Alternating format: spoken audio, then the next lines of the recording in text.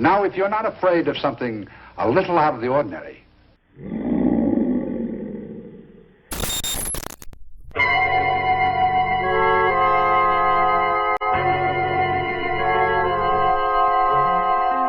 vampires, werewolves, ghouls, ghosts, mummies that come back to life after 3,000 years. The magic moments of terror.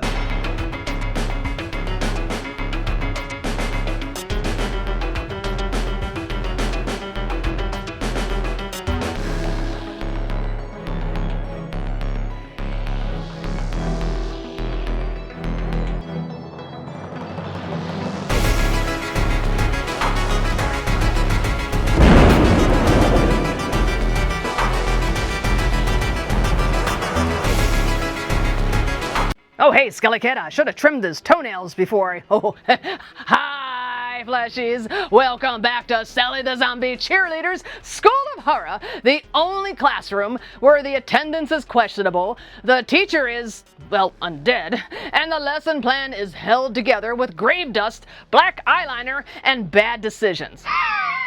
Now, tonight is our Halfoween special, and this one is a little different, because for this creepy little celebration, I am not shambling through it alone. I am co-hosting with Melevill, Puerto Rico's horror hostess from Meleville's Hades Theater, a show produced through Neopulse, and she possesses a demonic horror host persona with Puerto Rican grindhouse sensibility. That's more like it. Hello, my dark souls. I'm here in my native land of Hades, Puerto Rico, where I'll be showing you some of the things that I love about my culture. Some of the things that I hate. And other random, unexplainable phenomena. Now first, I want to give a special thank you to Princeton Vice, because this whole Halfoween special was his wicked little brainchild, and I'm so grateful for the idea, and for a chance to work with Melevill on this spooky team-up. And honestly, any excuse to celebrate Halfoween and get weird with fellow horror hosts is a good excuse in my book. Now, tonight, Melevill and I have chosen a real oddball from the cauldron. Roger Corman's 1960 apocalyptic relationship meltdown, The Last Woman on Earth. It's a half-baked little doom biscuit of a movie where the air goes bad, the world goes quiet, and the surviving fleshies immediately start making absolutely terrible choices. So no, this won't be one of my usual full-blown classroom catastrophes. This is a shorter, scrappier tag team special, a little less lecture hall, a little more end-of-the-world panic with extra tropical tension. So, if you like your apocalypse stories with a side of ego, arguments, and men making the extinction event weirdly personal and accelerated, oh boy, you're in the right cemetery tonight! And somewhere out there, I hope Melevill is keeping watch over Puerto Rico in full demon style, because if the fleshy herd has really thinned this much, I feel better knowing a horror hostess is already on the ground. So sharpen your claws, check your oxygen, and keep one suspicious eye on anybody holding a grudge.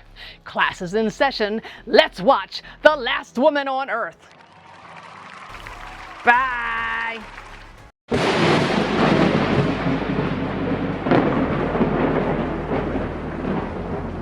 Thank you for having me on your show, Sally.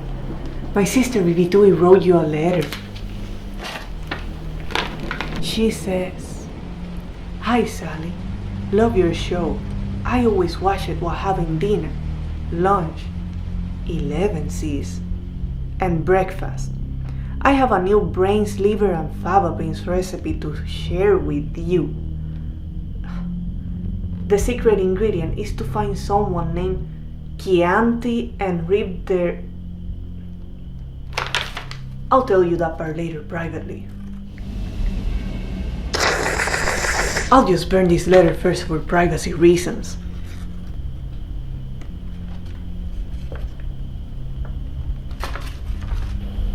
Hello, my potential bad souls.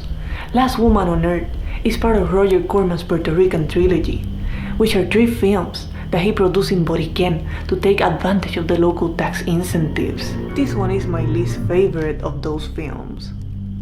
And not because the characters are unlikable, or because love triangles are really boring, but because of the terrible cockfighting scene at the beginning, which we won't be showing tonight. I'm against censorship, but showing real animal abuse is where I draw the line.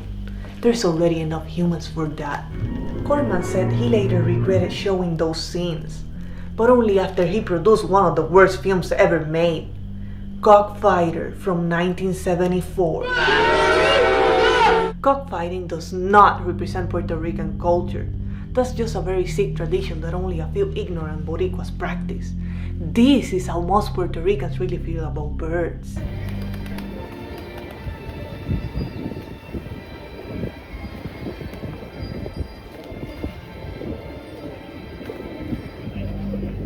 Corman was notorious for finding subjects to exploit. He's the king of driving exploitation after all. But he should stay away from this disgusting subject. I can't stay mad at him though. The Masqué of the Red Dead is just too good. So enjoy the film, my potential Dark Souls. And remember, if you support cockfighting, I'll be paying you a visit soon.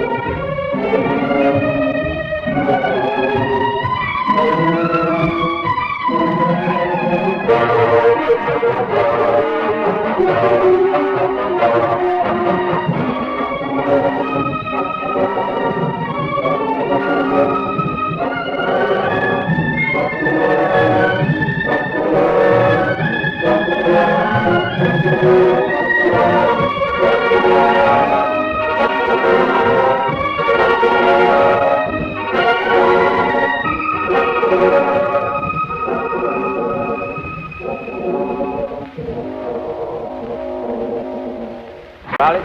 9, a winner. Pay the line. Coming out again. St. Clair, new rod. Harold, this isn't my idea of a place to talk. You're too conservative, my boy. New rod. 7, winner. Winner 7, pay the line. Couldn't be better. Couldn't be better. Let it all ride. Not again. Couldn't be better. 5. Look, Harold, I don't know what's gotten into you, but I did not come down here to watch you watch cockfights and play craps. So your partner thinks My partner thinks, Morty thinks, it's I who make the money so that Morty can think, and has me tested on my vacation. 7, Luther. Take a line. Luther 7. Come on. New number. I got some briefs up in the room. Look them over and then we'll talk. fine. Now really, Harold, you've got to pay more attention to the law. Martin, I'll give you odds if you follow every law in the book, you'll be broke or dead in a week. You look paler than you did last year. You worry too much, Martin. With clients like you, how can I help it? How's your golf? You know how it is, Harold. I'm getting older.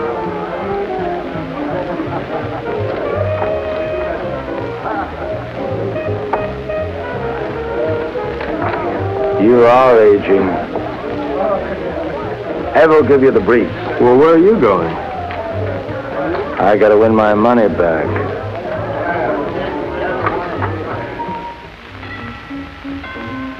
Come in.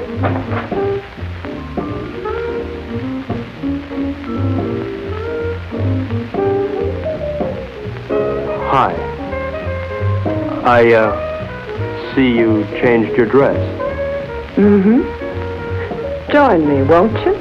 I'd like to, but I have to pick up Harold's briefs. Martin, how do you like your work? In fact, how do you like your life? I like it, Mrs. Gurn. Which, your work or your life? Both. Is there a difference? I think so. Harold doesn't. Mrs. Gurn, could you tell me where Harold has those briefs?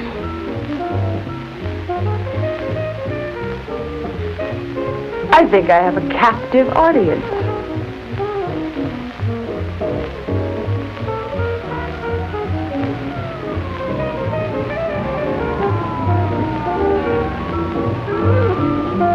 Did anybody ever tell you you look like a Martin? That's nice to know. More and more. You look like a Martin.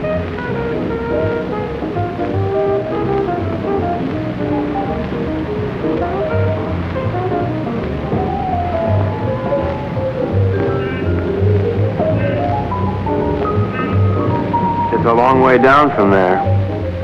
You're not much of a gambler, are you? I think you could make anyone look conservative if you wanted to, Mrs. Gurn. I think I'm going to get morbid. Point of fact, I think I have a death wish. In point of fact, you'll get your wish unless you come down from there. We are not amused. Watch the wine. If I'd done that, I wouldn't be here now. Don't you think you've gone far enough? Nonsense. There isn't enough.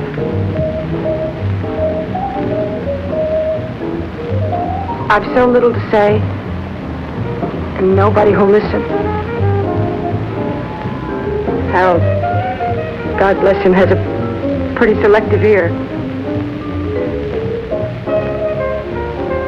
Please understand, this isn't my usual manner of meeting. I understand. Really.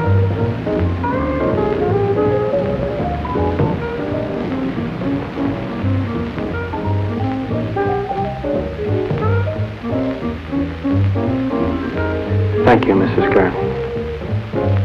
Evelyn? Evelyn.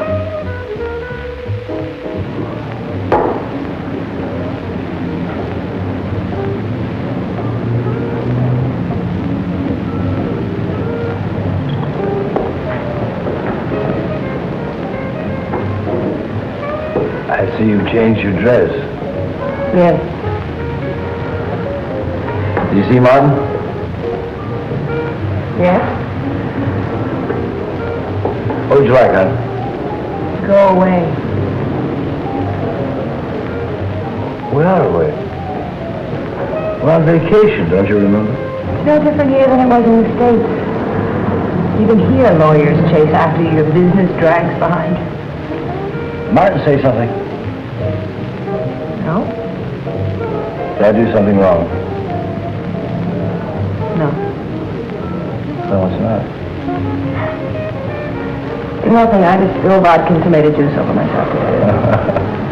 No. Order me another. Bloody Mary. Hey, when you go on like this, I don't know what to say. I'm lost. Harold, you're never lost. You always know exactly where you are. But where am I? You know, you never bother to look.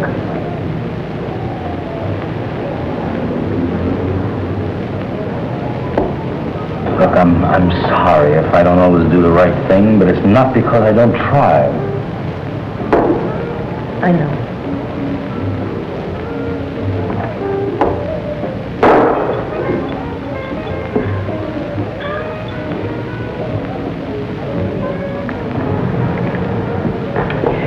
Look, I made arrangements to meet some people that I ran into down your business. Tonight?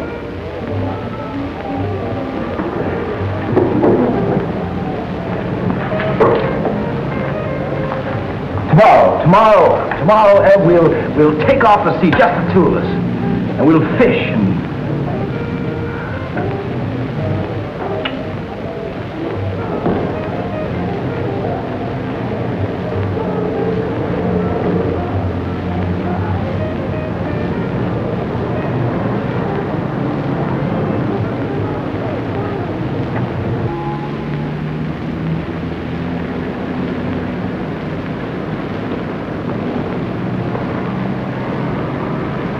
How you feeling this morning, sunshine? All right. Don't be an old grouch. What could be better than mixing a little pleasure with business, huh? Ev, don't you be an old grouch. I'll tell you what, we'll take a little morning cruise, a little morning dip, a little breakfast and business, more or less in that order.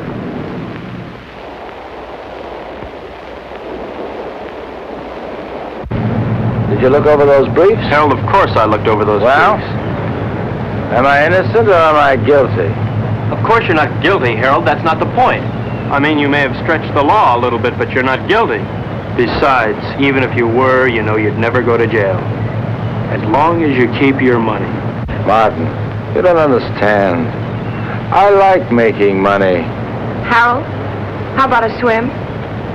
Good. Martin? No thanks, Harold. Oh, come on, I insist. Wash some of the meanness out of you. Besides, I've got some diving equipment you ought to try out. Manuel, we'll stop here. Come on, Martin. Let's go. We'll change.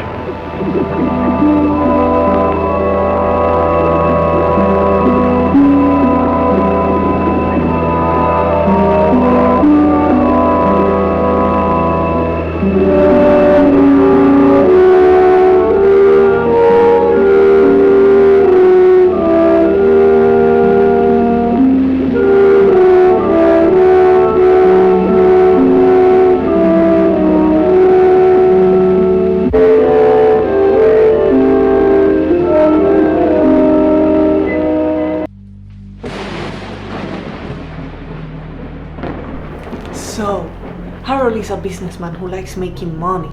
Well, how about that? That is some original character depth right there. That manta ray would have been a more interesting protagonist.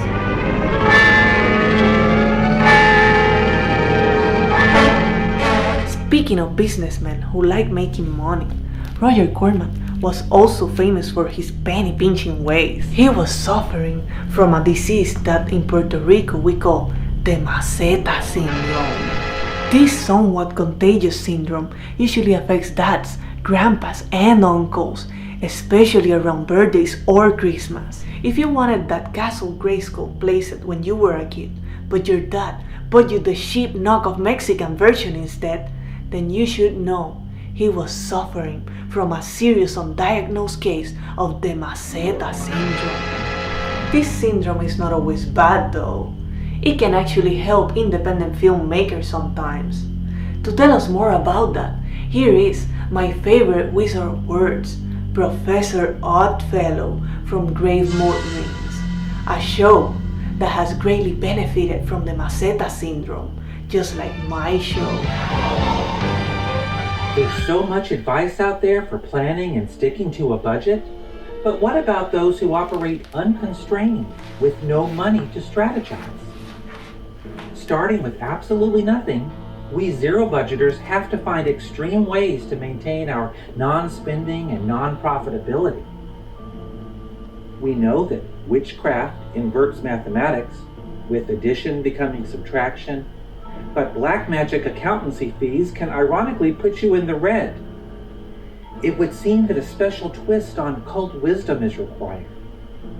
Whether you delve into the secrets of psychograms, solar kinetics, psycho-cybernetics, or what have you, there are some amazing money secrets hidden within the weirdest sciences. But we must circuit bend them, as it were, by adding typos to incantations, leaving key ingredients out of spellcrafts, snipping off the wicks of candles, turning magic money bags inside out, and flipping intentional mental programming. As the secret power of pyramids reminds us, the greatest talents reside in patience to keep working and watching, an insatiable curiosity, and a willingness to find new ways of looking at old observations, none of which money can buy. I'm Professor Oddfellow, assuring penny pinchers that zero budgeting is absolutely maintainable via finding the right conjurations and then turning them upside down. Keep that information in mind, my potential dark souls, as you go back to watching what can be accomplished by channeling your masetta syndrome into art. Oh, hello there. I'm Count Gordon Duval, and I doing my homework. Why do I have homework? I signed up for Sally the Zombie Cheerleader School of Horror. And she is quite the taskmaster. Find out for yourself at your own risk. Oh, come on, you're kidding.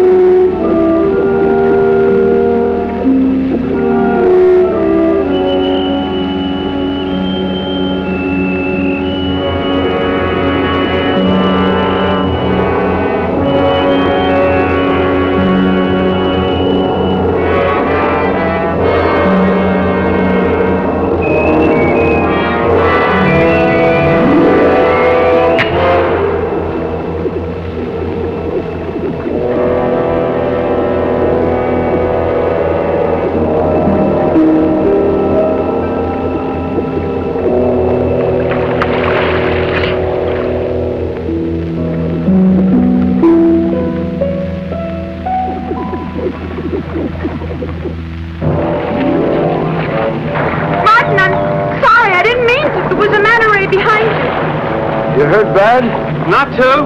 Help! Help! Oh, looks like I'll have to carry both of you. Night night. Something's wrong. Put your mask back on. Maybe we come up too fast or something. Leave it on till we get back to the ship.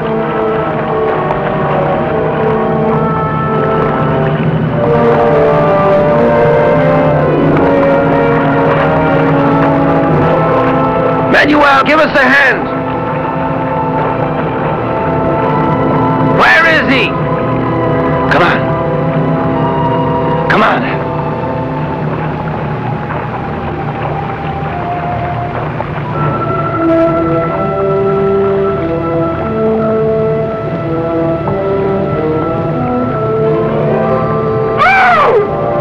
Ed, what is it?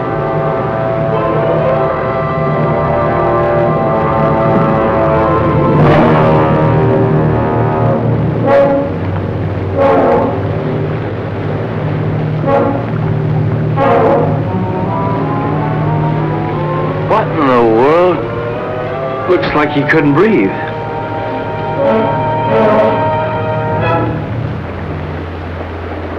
Martin? Martin!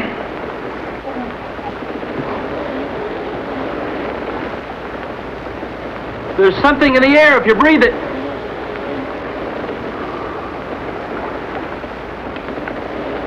How long are these tanks good for? An hour. Do you have any spares? Get them. I'll try the radio.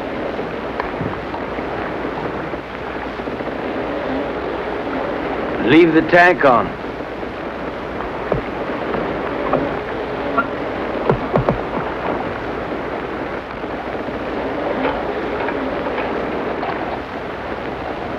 DF calling San Juan Harbor. San Juan Harbor. Harold, there's nothing. We gotta go back to town as soon as we can. I'll get it started. You take care of Evelyn.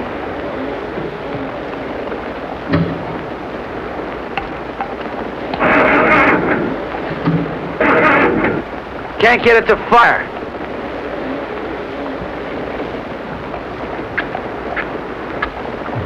Are they wet?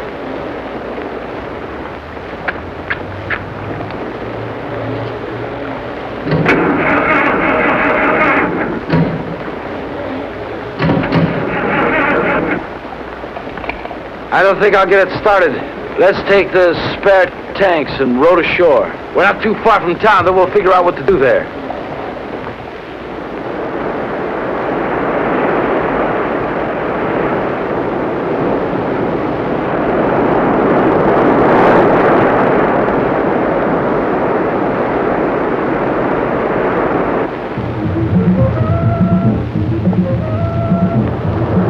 do they keep on playing the same record on that thing? Why don't they at least advertise or something? How much time we got left on these tanks? 20 minutes. We'll never make it to town by then, not by the beach. Let's cut straight through the jungle and try it. At least we'll satisfy our curiosity.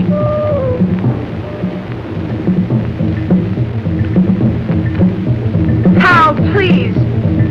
Shut that thing off. I can't, Ev. If anything comes through, we've got to hear it.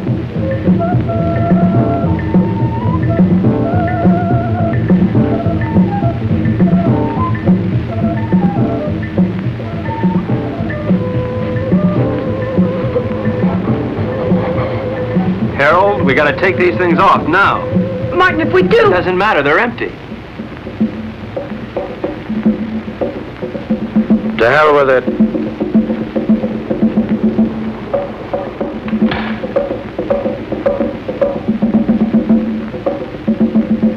Ev? Come on, hon.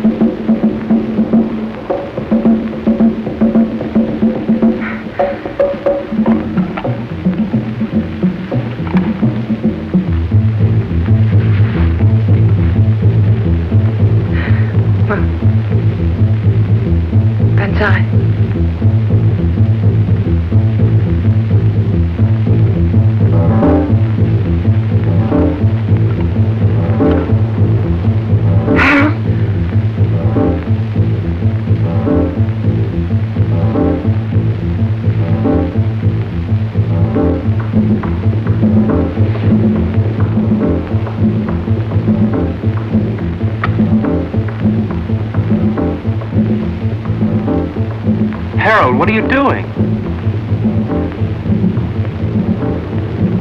Harold! Harold! What is it? Martin, answer me. Martin, answer me. Martin, will you stop sniffling the flowers and answer me? There's air, Harold. Well, of course there's air. No, not of course. The match wouldn't light, now it would. Something took the oxygen out of the air and now it's back.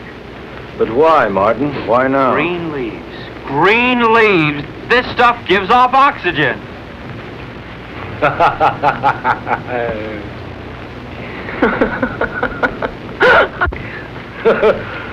Woo!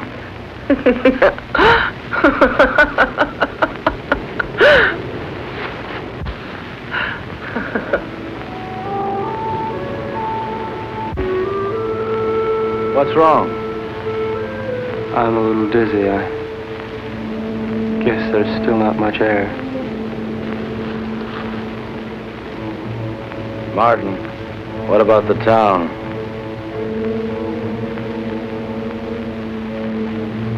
I guess we better take a walk over there and see how bad things really are.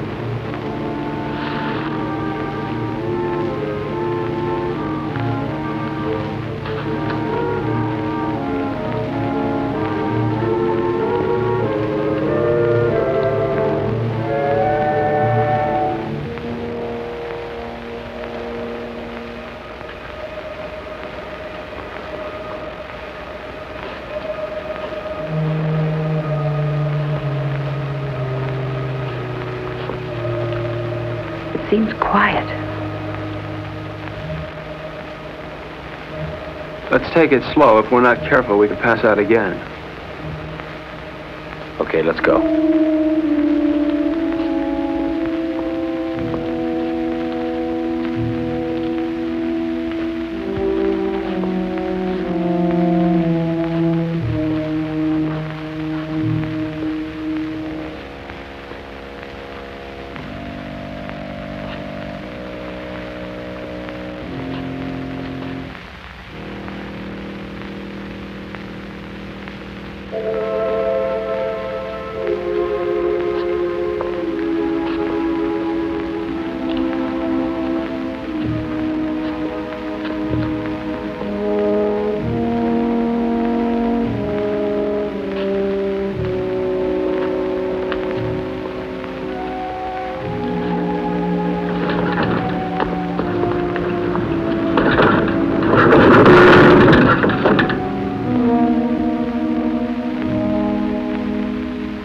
Let's take this one and go back to the hotel.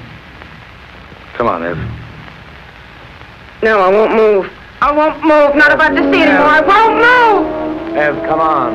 I won't, Harold.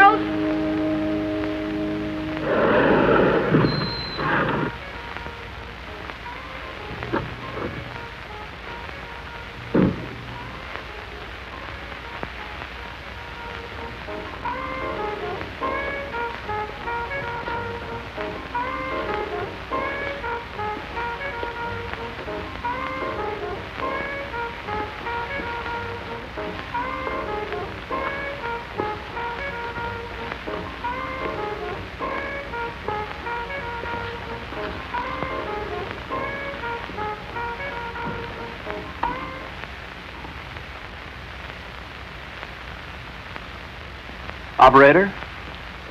Operator? Operator?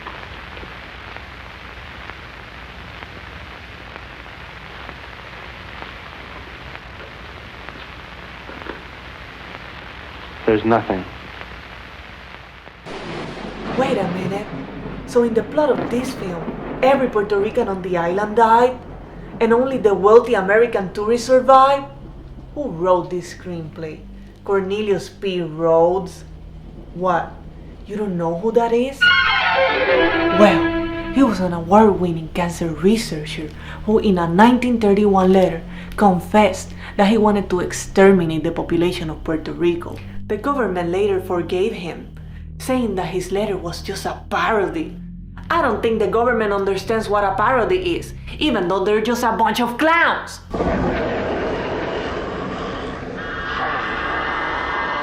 But you, my potential dark souls, can learn something from that case. Sometimes, the worst monsters are not zombies or demons. They're just humans. We've got to do something, Martin. I gotta have a drink.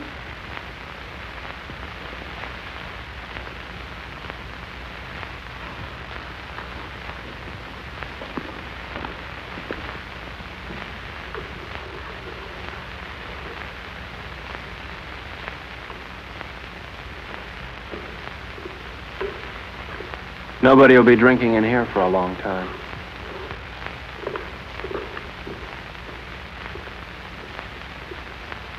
Scotch? Please.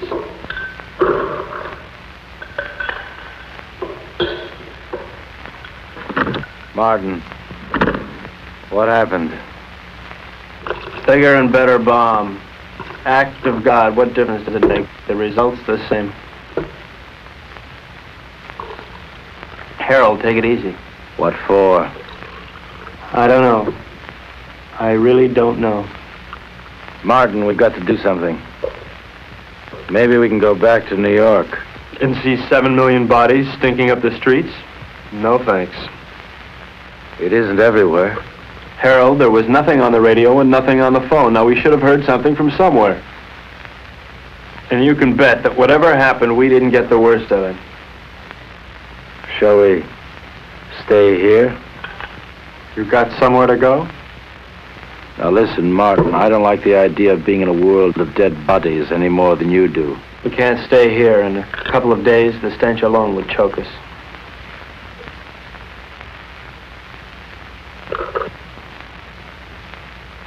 Hey, Morty. He's got a house on the tip of the island. Let's get going. I don't like it here.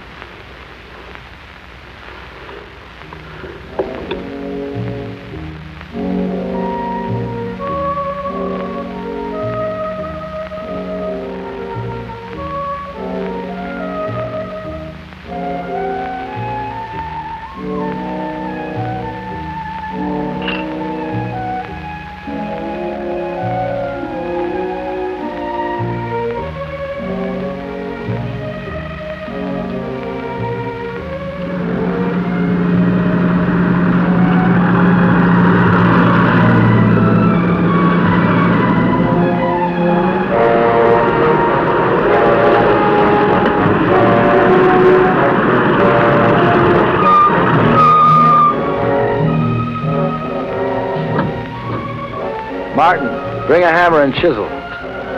Your wish is my command.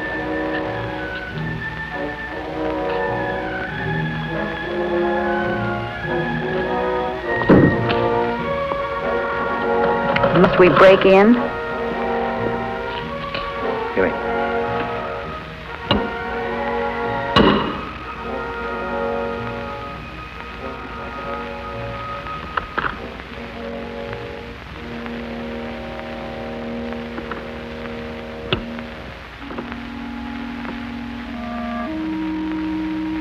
Probably best if we just sleep tonight, talk about it tomorrow. Martin, there's a bedroom off the study you can use. Oh, Mrs. Gurn. Thank you. Good night.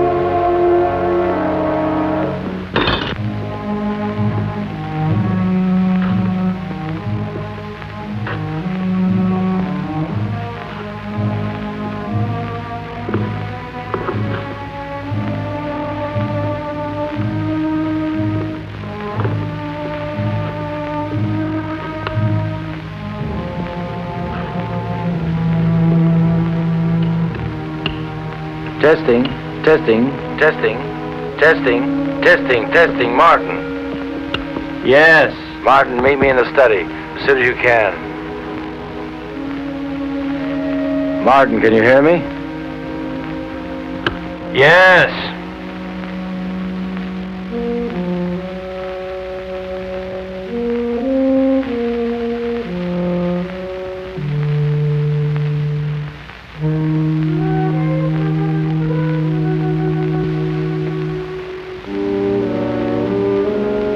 What hit you? The end of the world, Mr. Gurn. Now listen, Martin. I think we ought to get together and agree that we should keep that kind of talk to a minimum. That isn't just talk. Look, Martin, the reason why I called you up here is because I think we ought to decide just exactly what we're going to do. Harold, there's probably enough canned food here to last years. And if we should run out, we can always hold our noses and drive back to town for more. You're not making it any easier. Could it be much easier? The lush island of Puerto Rico, a lush villa, and a whole life to be nothing but a lush-in. Morning. May I come in?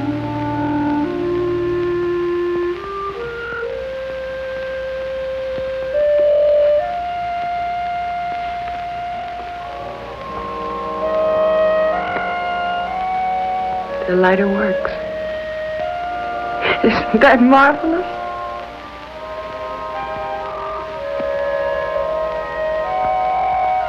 Anybody here know how to roll their own? Evelyn, don't you think you ought to finish dressing? Why? Expecting company? Martin is here. So he is. How are all your family and friends, Mr. Joyce? Delighted you dropped by. How would you like me to dress for the occasion? Evening dress? House dress? Slip. He's going to be here one hell of a long time, Harold. All right. We're in a rotten situation. An unprecedented one. But I'm not going to fall apart, and neither's anyone else as long as I can help it. Look, you don't build all at once. I didn't make my money in one day. You lost it in 20 minutes. Now, we're going to work out a plan, and we're going to take it step by step. If you take things as they come, If you do them step by step, we're gonna be all right. Evelyn, how about breakfast?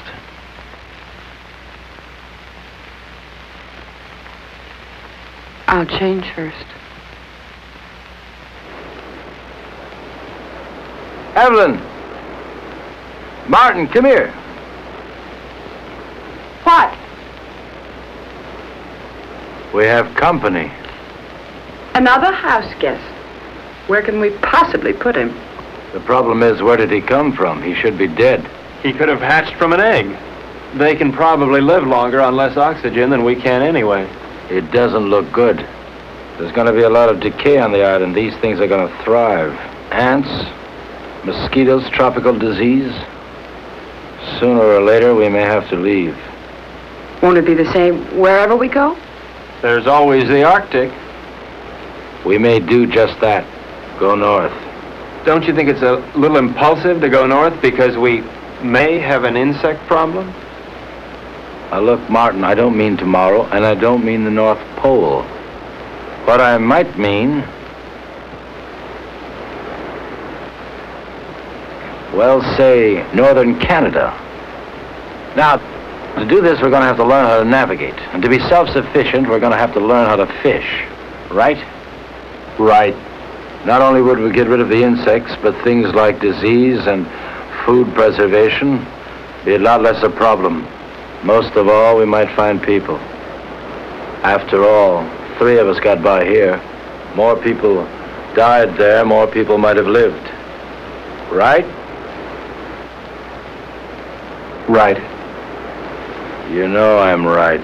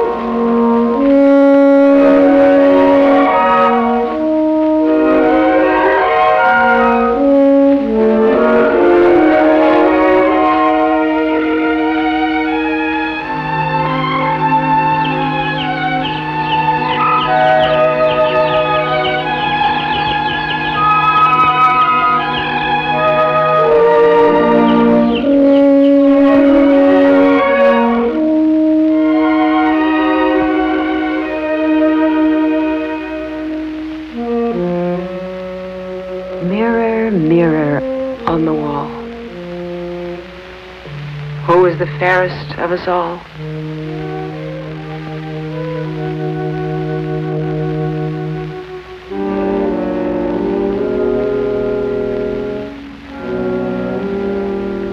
Fish.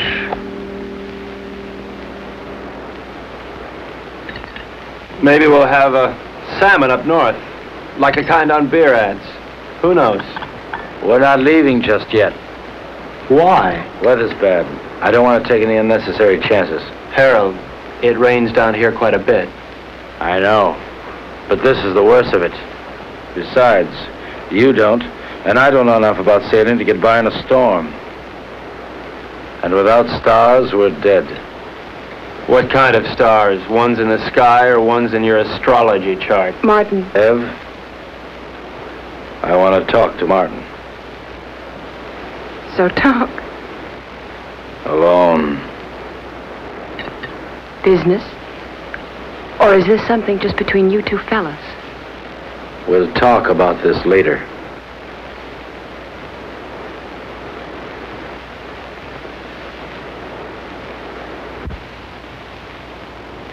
Now look, Martin, I realize we have problems here. 3 of them. Yeah, we never did dig up that 4th for bridge. And we won't, staying here. Look, Harold, the sooner we leave, the better for all of us. All right, Martin. It's a tough situation. But we're not leaving this island until we're ready. Now, until then, we've got to force ourselves into a pattern. Keep working till we go north. Martin, the need to work is inborn. It's the only thing that'll save our sanity. Harold, I'm not sure I feel any inborn need to work. Now, maybe there's something wrong with me. I don't think so. And there's one other thing I'd like to bring up. This business about Evelyn. What business? This 1 woman, 2 men situation. I really don't know what to say. I guess we'll just have to live with it. You mean, I'll have to live with it? I don't see any other alternative.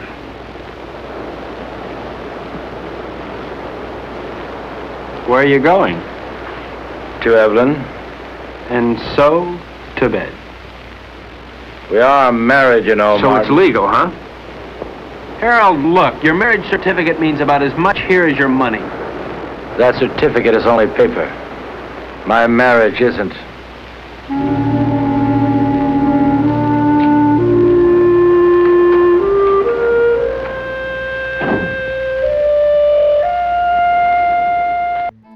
No, Skelly Cat, this is my foot. I'm kind of running a little low. Hey, welcome back, fleshies. We have now reached the part of the apocalypse where civilization is over, everyone is dead, and yet somehow Harold still wants a formal dinner. Sir, the dress code has been canceled by extinction. Come on.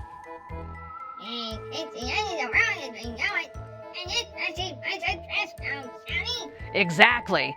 And Evelyn's like, why should I dress up? Everybody's dead. And honestly, she's right.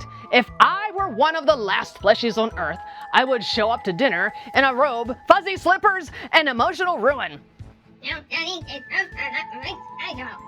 Well, that is the official dress code now, Skelly Cat. And I can just say I am getting increasingly nervous here because this movie keeps reminding us that there may be only 1 fleshy female left on Earth, and I am wildly underprepared for that kind of demographic collapse.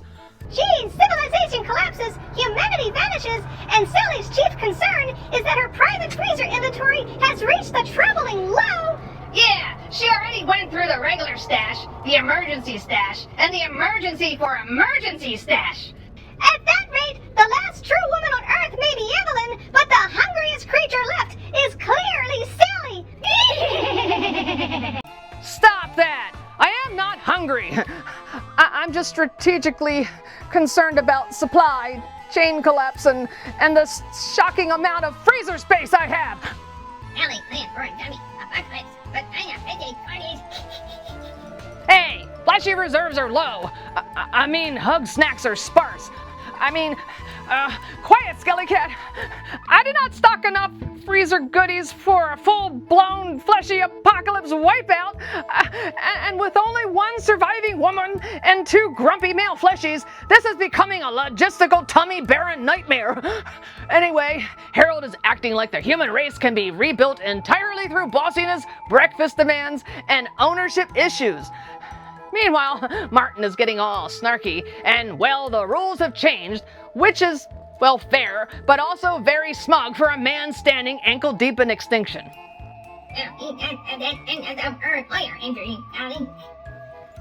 Oh, he really does. And Evelyn, she's the only one acting like a real fleshy. She is not mooning over curtains and silverware and what fork to, I don't know, use for the dead world fish night. She's realizing she doesn't have to play decorative wife anymore. And, well, Harold hates everything that isn't Harold. He wants to rebuild the world, but somehow his vision for the future still looks exactly like the bad old days, just with fewer people and more fish. The true horror begins, Sally. Thank you. Hey, look, everybody, I mean the last 3 fleshies, are worried about survival and repopulating the earth. And I'm over here like my covered chunks are living on borrowed time, which they are. Anyway, meanwhile, Evelyn realizes she has opinions, wants, and choices that is causing the male ego meter to spike dangerously into red. Hey, Sally, you get your detector warming up now. Oh yeah, Skelly Cat, it's preheating. Anyway, look, I get it. The world's ended. Your husband is a controlling loaf of anger, and the only other option is a sarcastic guy who at least looks at you like a fleshy. Standards get weird at the end of humanity, I guess. Now I get as many always as a fool and horror of a pedal now. Yeah, I know, Skelly Cat. Anyway, I do want to say I hope Melevill is right out there somewhere in Puerto Rico, because if the fleshy herd has really thinned this badly, I'm going to need confirmation that my pirate goddess co-host did not get taken out by oxygen weirdness while I'm stuck here panic counting snack cakes and finger food. Ellie and her priorities. Yeah, come on, I have to have priorities. Anyway, let's get back to the movie. Oh, speaking of which, I need to start taking inventory. No, this is mine. I'm the Count Cordival, and I'm going back to school. Yes, I've got to learn a little bit more about horror and who's going to teach me. But Sally, the zombie cheerleader, she's got the school of horror. And, you know, you got to go to the best to learn the real stuff. Right? Right. All right, fill in the form.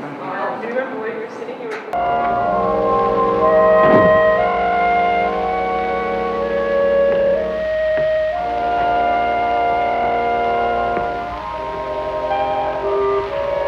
Harold, please don't. That won't solve anything. What's there to solve? You really don't see, do you?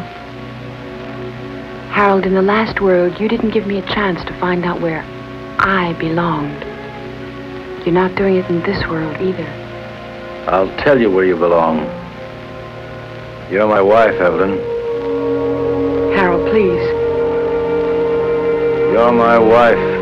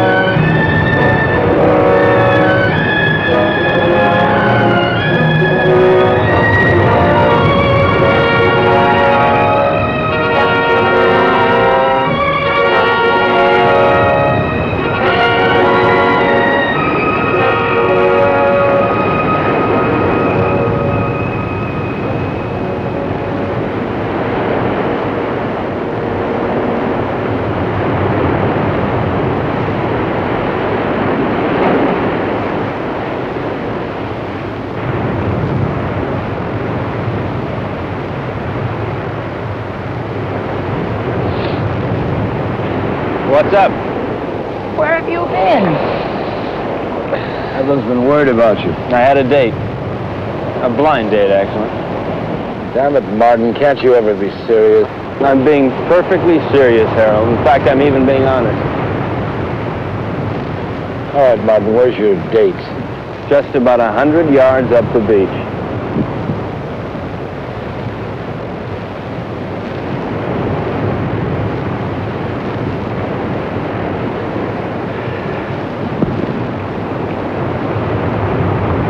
Why did you do that? Send him up there? Oh, so I could see what he'd look like when he came back. So I could be alone with you. So he might get a little more sand in his shoe. Take your choice. I don't like any of those reasons. Can't help you, Ann. You dislike him more and more every day. He means well. I know. Well, why? Oh, I guess because he's either vain enough or stupid enough to think that it really matters what happens to us. I think maybe there's a little more basic reason than that. He has me and you don't have anybody. What do you have, Ev? I'm sorry about that. But I never had anybody before. Yes, but before there was always a possibility. Well, there's still a possibility.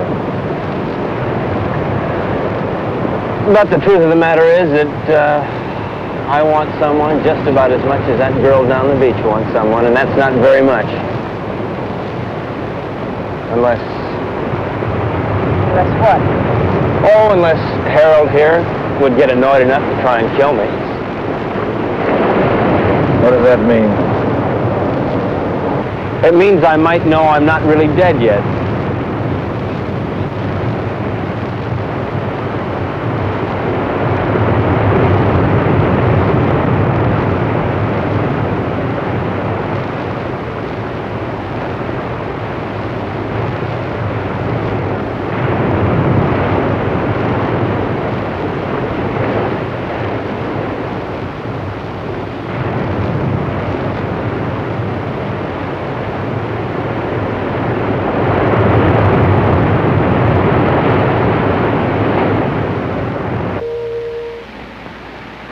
I'm going fishing. I'll be back.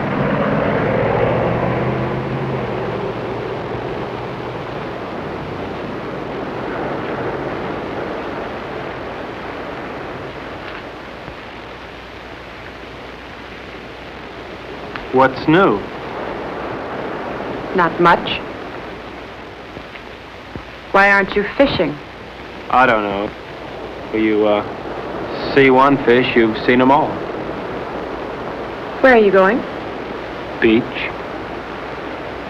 Care to come along? Why not?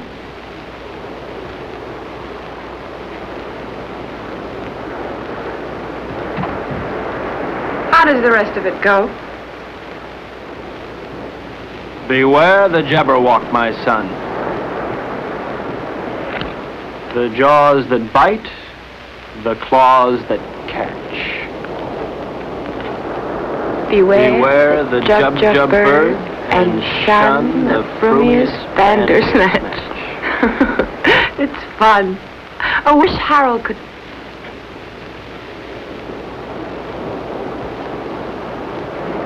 Where will you be 10 years from the second?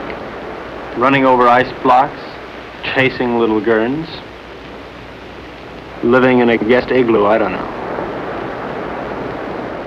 Will you be alive 10 years from now? I don't know. How could I? I don't want to believe that. Well, you didn't want to believe the world would end either. You don't want to now. Well, it's what I feel. I felt it end. And I'm married to somebody who doesn't insist upon my thinking about it. Or thinking, period. That's marvelous. You think. You are the thinkingest man. Is that supposed to make me feel bad? And you ask questions. Questions. Questions. Questions. I think I'm going to erase you. I'm going to take my big toe and wipe you out. Dare me. Double dare me. Seems I remember doing this before. Only then I didn't have so far to fall.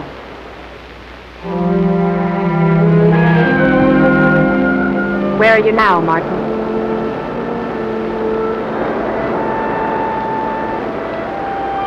There. There.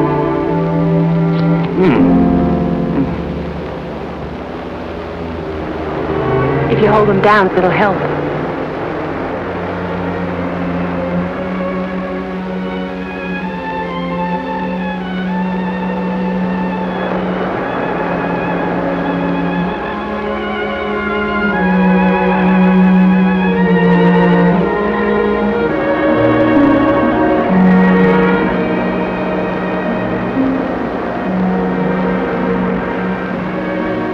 Come out of the sun.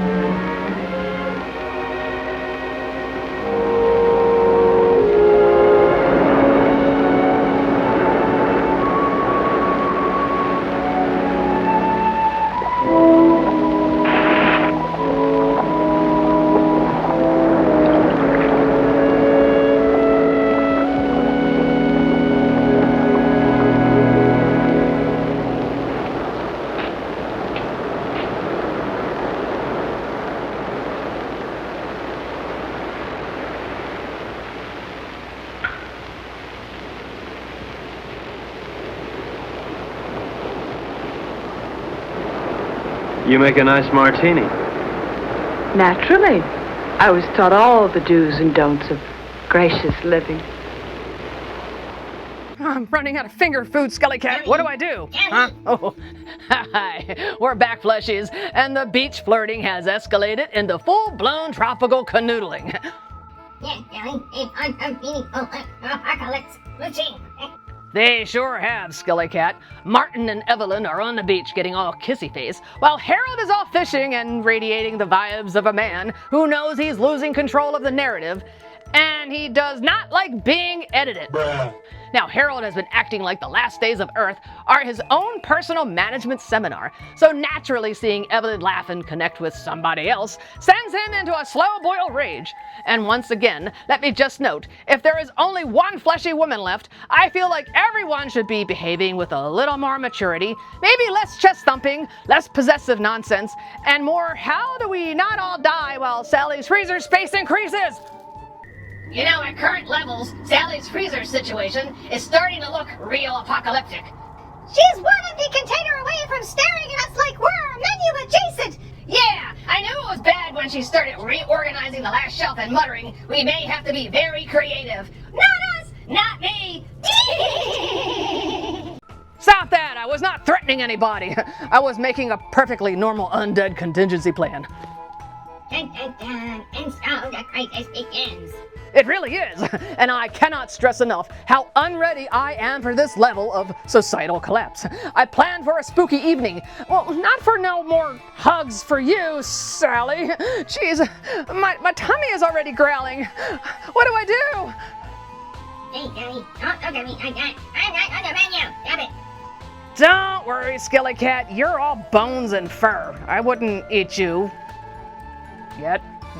Anyway, surprise fists come out. Harold and Martin fight on the boat. They fight in the water. They fight on the beach. They fight in a box with a fox.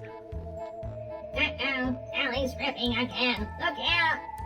Hey, I got caught up in the moment. Anyway, how is it that after all the moist, sandy quarreling, their hair and clothes look so dry and neat? I mean, Harold and Martin are out here flopping in salt water, clawing at each other, rolling into sand, and somehow both still look ready for a low-budget aftershave commercial. Apparently, Iridia's son tries faster than logic, Sally. Apparently. Anyway, their grooming is surviving better than civilization. Then Harold picks up a rock and clocks Martin with it because, of course, the apocalypse eventually becomes caveman courtship with nicer shoes. And after nearly braining the man, Harold tells him to leave. Please vacate the extinction event now. Exactly, Skelly Cat. Oh, before I forget, I gotta do this. And somewhere in the back of my mind, I'm still worrying about Melevill, because if Puerto Rico got hit like the rest of this movie suggests, I don't know. I just know that she is somewhere sword fighting the great apocalypse while I'm over here crying over an empty freezer. And I need to find out if this is all true. Anyway, I need to call and make sure she's okay. Well, I guess everyone's acting all right, Johnny. Yeah, you're right, Skelly Cat. Mine is panic, and yours is judgment. Now be quiet. I gotta call Melevill, make sure she's okay. Hey, Johnny, that's a lot of numbers. I know it's a lot of numbers. I have to call long distance. The number you dialed is not in service. Tell me about your day. Oh. Lunch at 21. Shopping at Saks. The most awful sales lady at Saks. She made me want to complain about everybody who'd ever sold me anything. Those sales ladies at Saks will do it to you every time.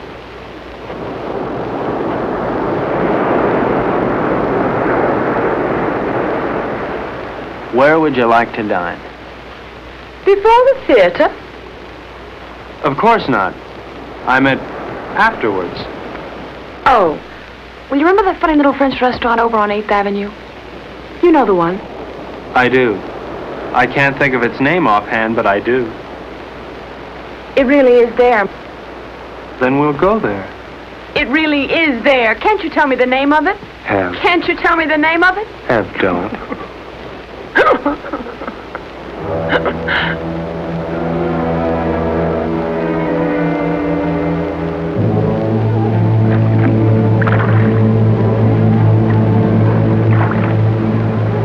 Start sorting, then we'll take another crack at it.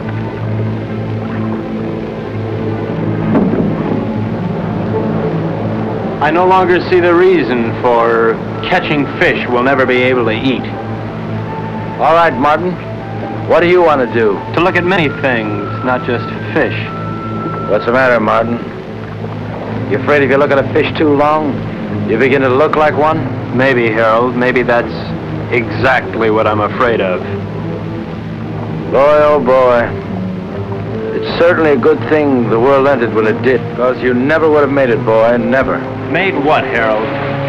A millionaire? Money? Money and fish. Fish and money. Harold, if rotten money smelled like rotten fish, they'd have given you a bank to yourself. Yes, sir, Mr. Gurn. The way you made your money stank. The way you catch fish stinks. And furthermore, Harold, you stink.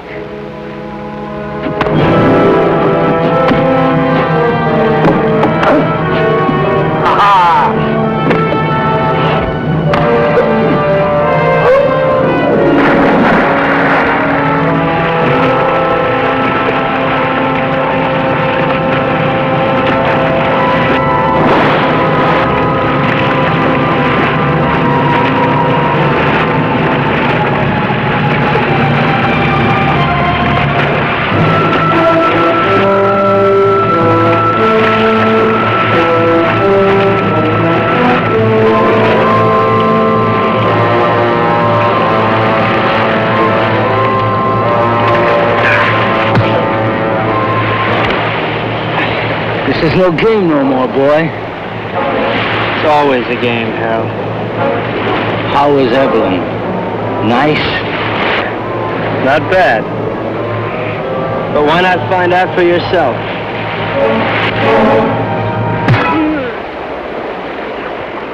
That got to you, didn't it?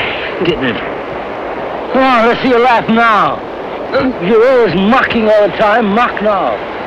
You don't understand the meaning of decency. You're laughing. Go on, laugh. You think living is stupid? Well, why don't you try dying a little? You're leaving. You think that's funny? You'll be out of here in 2 hours.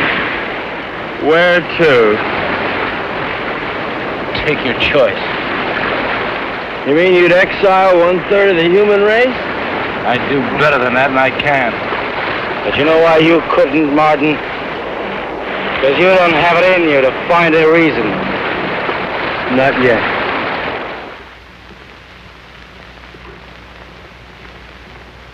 So he's leaving, and not just because of what he did to you. Did to me? Harold, Martin didn't rape me. That's enough. I don't want to hear about it. It's not just because of that.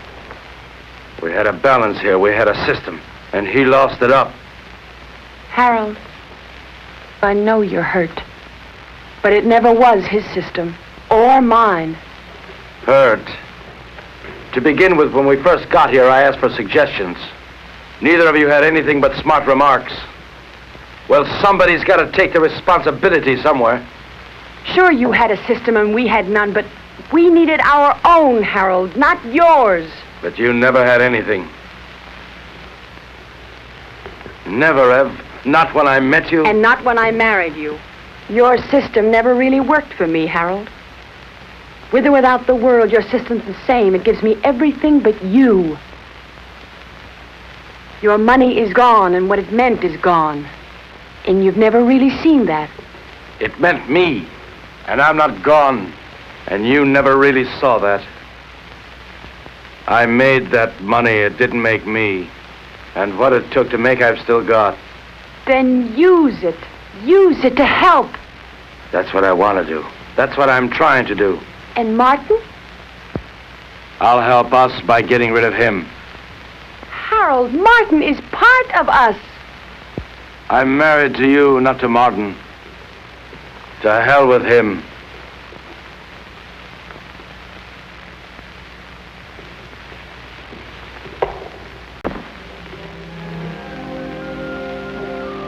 Where are you going? Out. What'll you do? Nothing.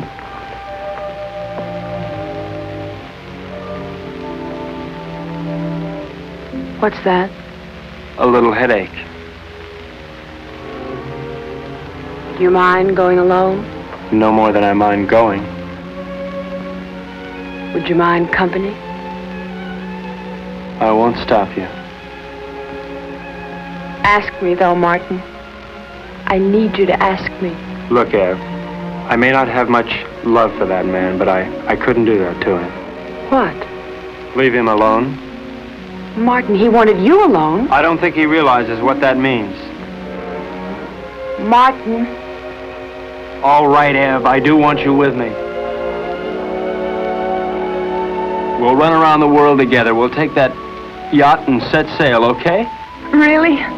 Oh. Really. What'll I need? It's a come-as-you-are party. Evelyn? Evelyn?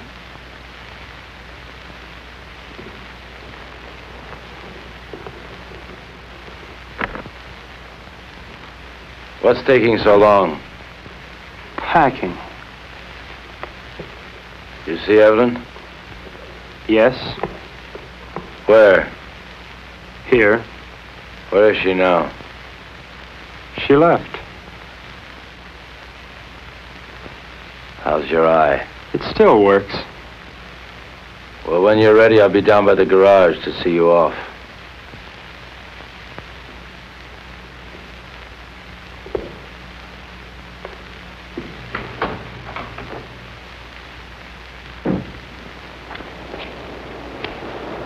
Is that all you're taking? That's all. After all, Harold, I'm not the kind of house guest to run off with the silverware. Now, just don't get any ideas about that boat. It belongs to Ev, too. Doesn't a third of it belong to me? Yeah, but 2/3 belongs to us. I defer to your unimpeachable sense of ethics. Now, listen, Martin. I don't have to let you take this car. I know, Harold, I know. Where are you going to? That's one decision you won't have to make. Just give me the keys.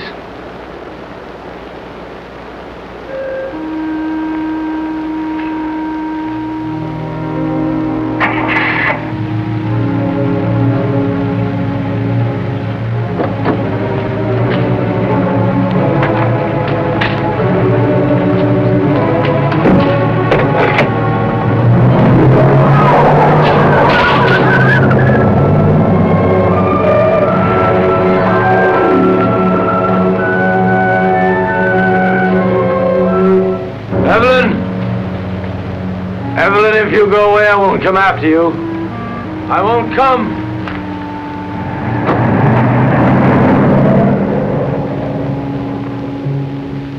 Evelyn? I won't come after you.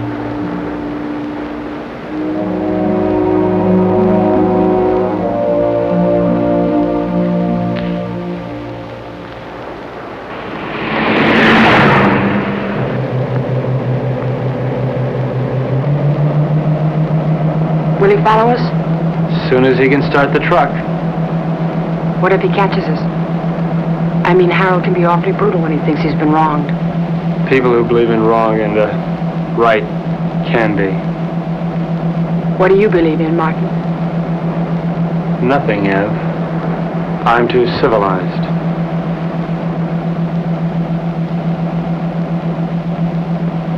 Are you cold? A little?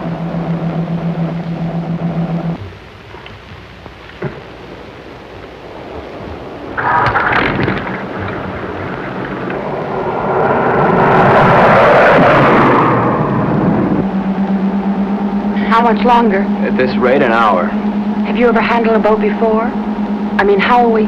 All we can do is follow the islands until we hit what I hope will be the Florida Keys. From there, we can go right up the coast.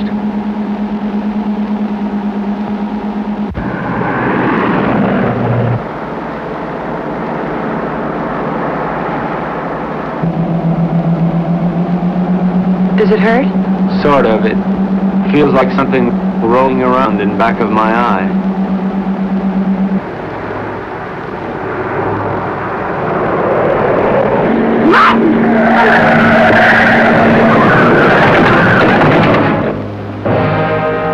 You all right, Ev?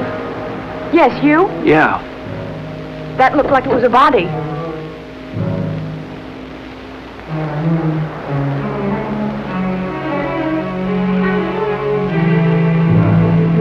Ev, this wheel's bent sideways. We're gonna have to walk. Can we make it in time? Well, the harbor's on the other side of this forest. We could cut our time in half. Ev, we better cut through here.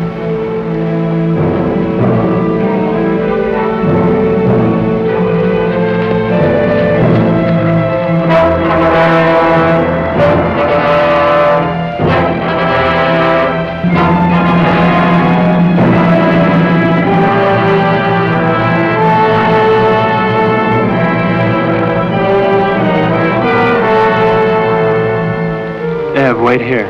No. I'm gonna check and see if it's all right. Take me with you, Martin. I don't want to be alone. Ev, wait here. I'll, meet you at the church, okay? Don't. Martin, what if we were to have a child? I mean, wouldn't it be nice if we would have a child? Whatever for. What for? Ev, look, it's all over but the shouting as far as the human race goes. And there's no more reason for little Evelyns and little Martins running on those ice blocks than little Gurns. All that's left for us is to live without pain. I'll be right back.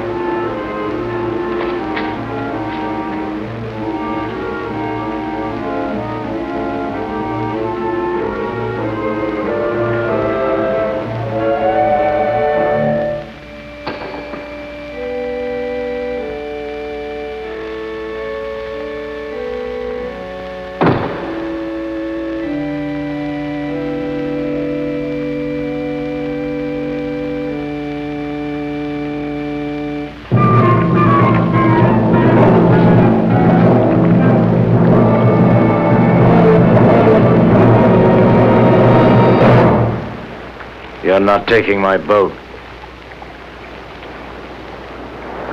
You forget. It's only 1/3 your boat. Where's Evelyn? She doesn't want to see you. She's my wife. Where is she? You never learn, do you, Harold? Your boat, your money, your wife, your world. Nothing belongs to you, Harold, nothing. Where is she, Martin? No.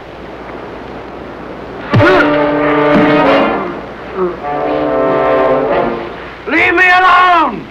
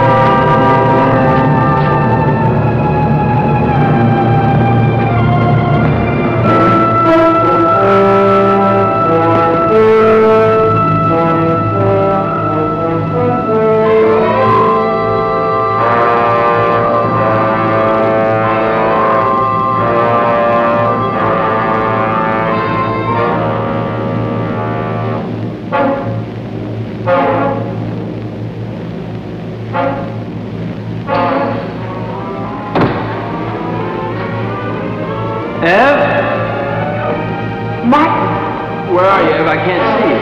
I'm here.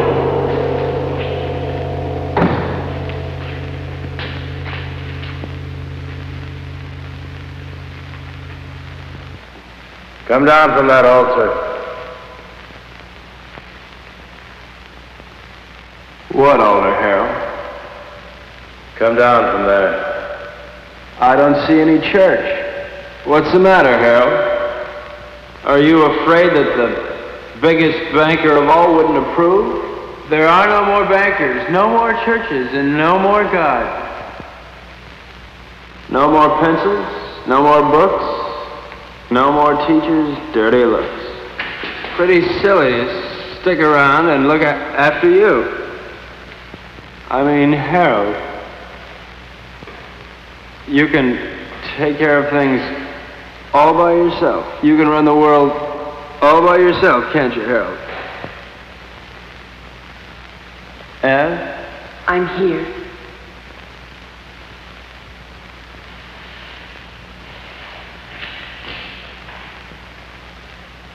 What can I do, Martin?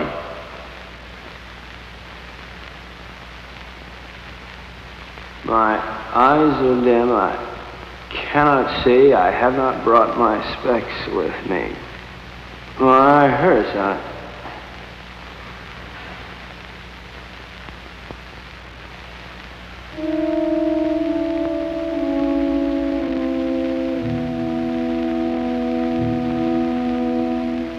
I killed him. Will we never learn? He didn't think so.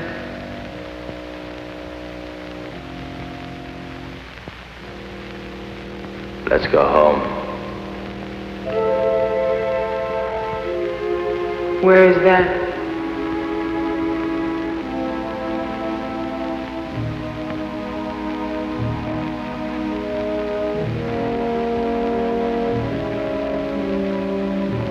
Help me find out.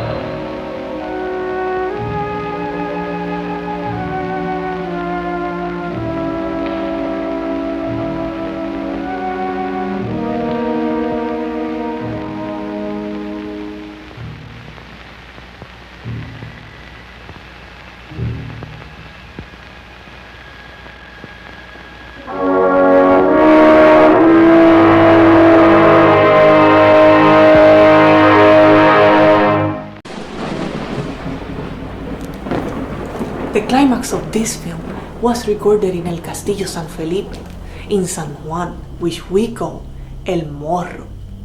This fortress was supposedly built 400 years ago to protect Puerto Rico from pirates and foreign invaders.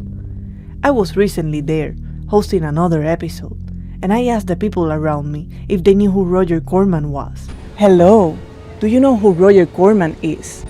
No, I do not. No idea. No one had heard of him, or this film, and they didn't understand what a horror host was either. But their classic confusion is one of the things that I love about my culture. We always have something to discover. Like Harold and Eve finding a new home, we're always finding new niches, films, books, or bands to obsess over. Now, if you'll excuse me, I still have 20 more El Santo films I haven't researched yet. Well, fleshies, here we are at the end of the world's messiest breakup, and nobody's handling it well, especially me.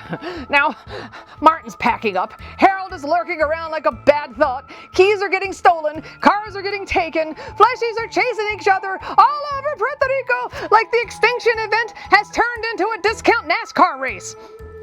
Hey, Billy, the human race is down to 3, and they still take time for a custody battle. Yes, Skellycat, it is astounding. Evelyn and Harold head off, Martin gives chase, Harold hot wires a vehicle, there's a wreck, more running, more shouting, more harbor chaos. Well, at this point, the remaining fleshy population is spending its final days doing cardio and making catastrophic relationship choices. No, regular fleshy behavior, Sally. Fair point, Skellycat, fair point. Anyway, then we get all this frantic scrambling through old San Juan, the harbor, the church, and the fort, which is fun because it gives the movie a little extra flavor. You've got the apocalypse love triangle nonsense, and a travelogue vibe all crammed together in one sweaty little doomed tourist package. Educational end-of-the-world entertainment, Sally. Exactly, Skellycat.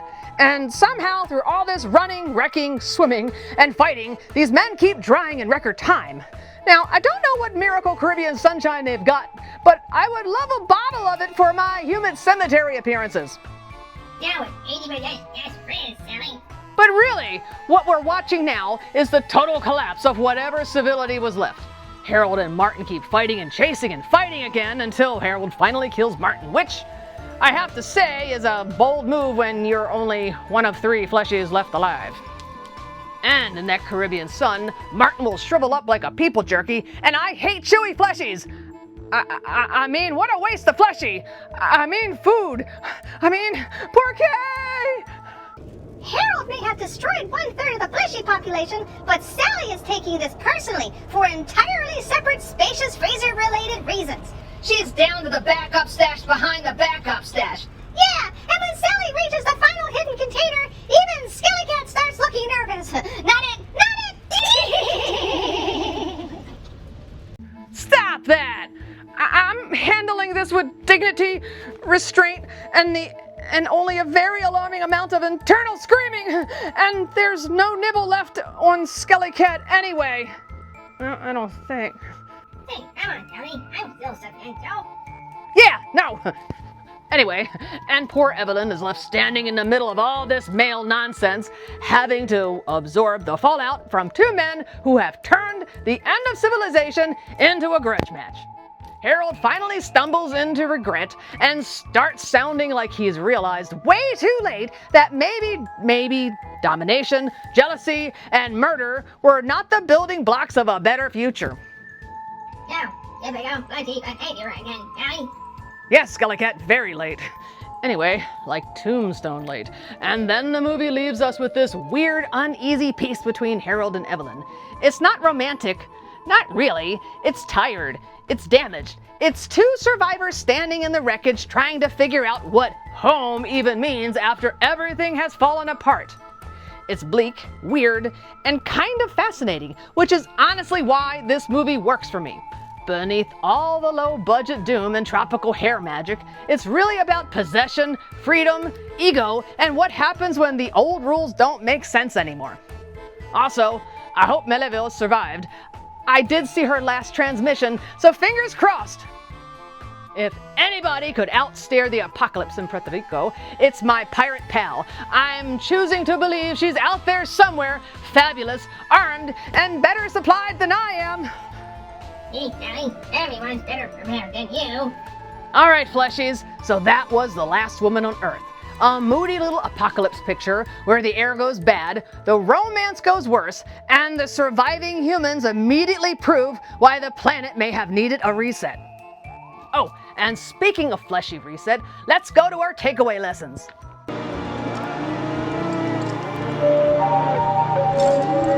When civilization collapses, maybe stop worrying about table manners and start worrying about whether anybody actually likes you. The old rules are dead, the world is dead, and if your personality still stinks after the apocalypse, that's on you, Harold. When the human race is down to 3, maybe try respect and kindness and less murder stuff. If the herd thins, the ego should shrink too. Oh, and don't forget to like, subscribe, and rattle those coffin lid notifications so you never miss another lesson from Sally the Zombie Cheerleader's School of Horror. Until next time, keep your oxygen handy, your love triangle short, your yachts fueled, and your last emergency stash exactly where nobody else can find it. Right, Skellycat? Anyway, as always, stay fresh, fleshies. Bye! I need to put these somewhere. This is all I have left. What do I do? Sally the zombie. I get zombie cheerleader. Okay, ready? Right. Sally the Zombie Cheerleader's School of Horror!